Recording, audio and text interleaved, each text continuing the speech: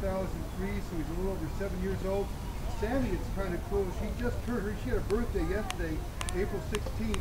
She just turned 6. Happy birthday, Sammy. Happy birthday. Let's see. The problem with them in terms of singing, or not so much the problem, the uniqueness with this particular breed of dog is they have a vocal cord structure that is unlike any other canid or canine species.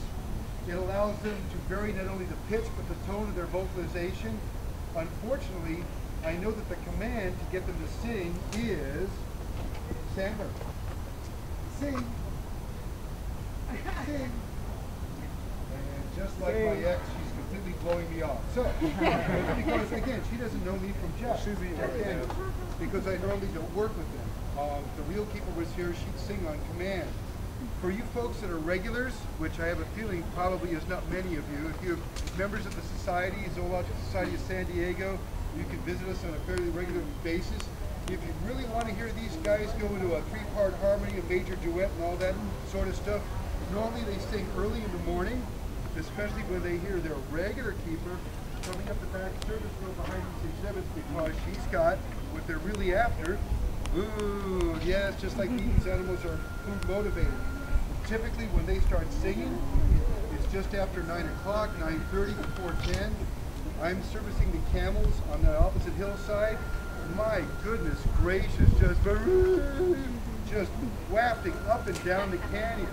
You folks that are going to be here for still quite some time today, if you really want to hear them sing, and again, they're animals, so just like kids, no guarantee that they're going to perform on cue, but at dusk, as things get kind of groovy and all that kind of stuff, later on in the afternoon, early evening, they'll start to vocalize then as well before it gets dark.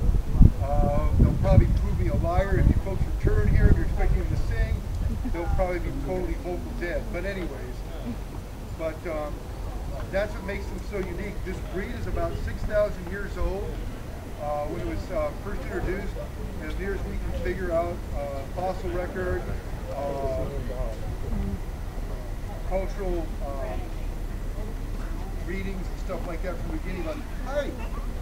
I find it, I'm sorry. You see, the problem is he doesn't know me. I'm normally not quite that scary a person. Hi, Marlin. Really, I'm not.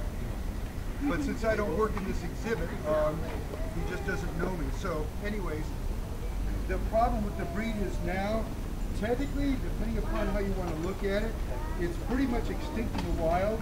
And what I mean by that is their genetic makeup has been completely diluted by breeding with other species of dogs. Feral dogs have been introduced to New Guinea. So if we're going to get technical about it, for this particular species, this particular breed, the pure breed no longer exists in the wild because of interbreeding with other dogs that have long since been brought in by people visiting the islands, other cultures, things like that.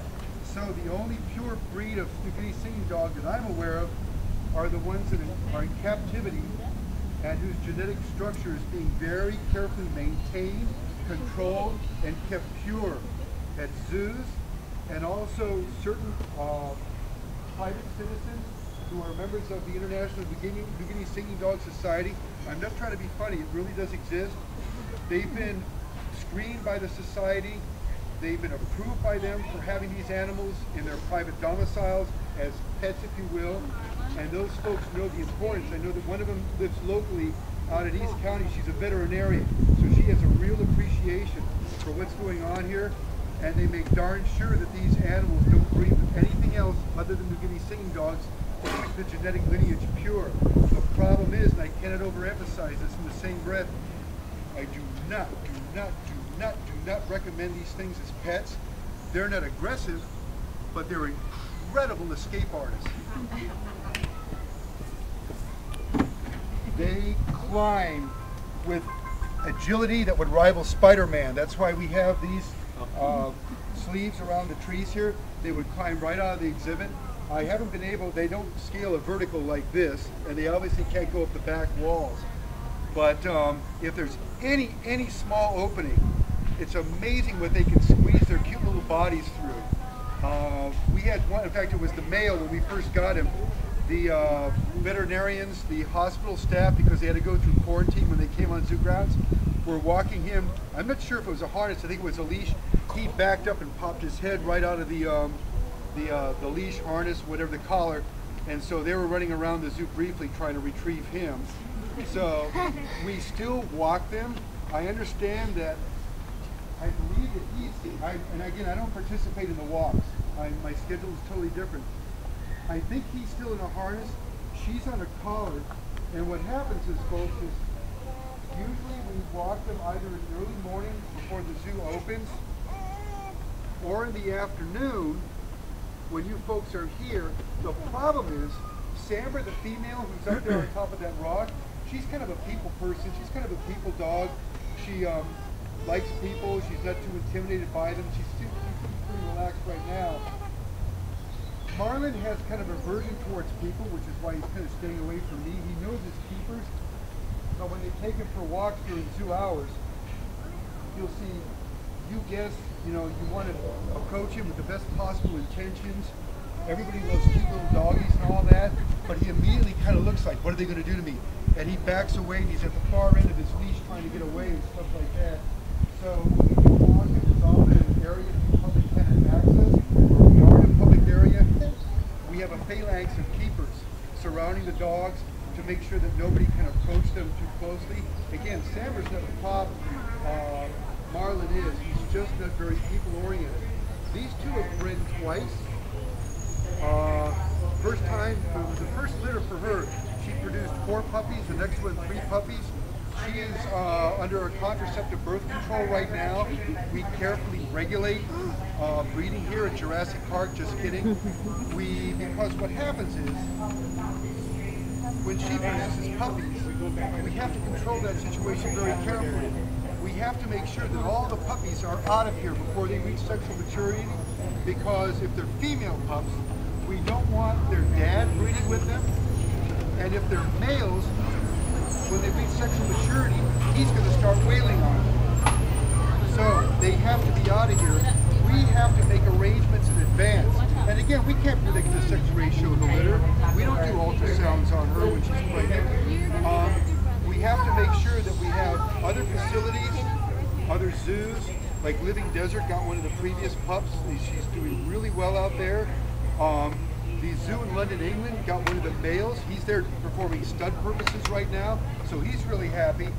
Either that or he needs to go to one of those private citizens I alluded to who appreciate the significance of these animals, are going to give them proper care, have an escape-proof situation where they can't get out, climb out, dig underneath, find an opening, escape, and of course make sure they're not going to breed with any other dogs, because what you're going to have is not a New Guinea Singing Dog, it's a hybrid, it's a mutt, and that's not going to do the species any good.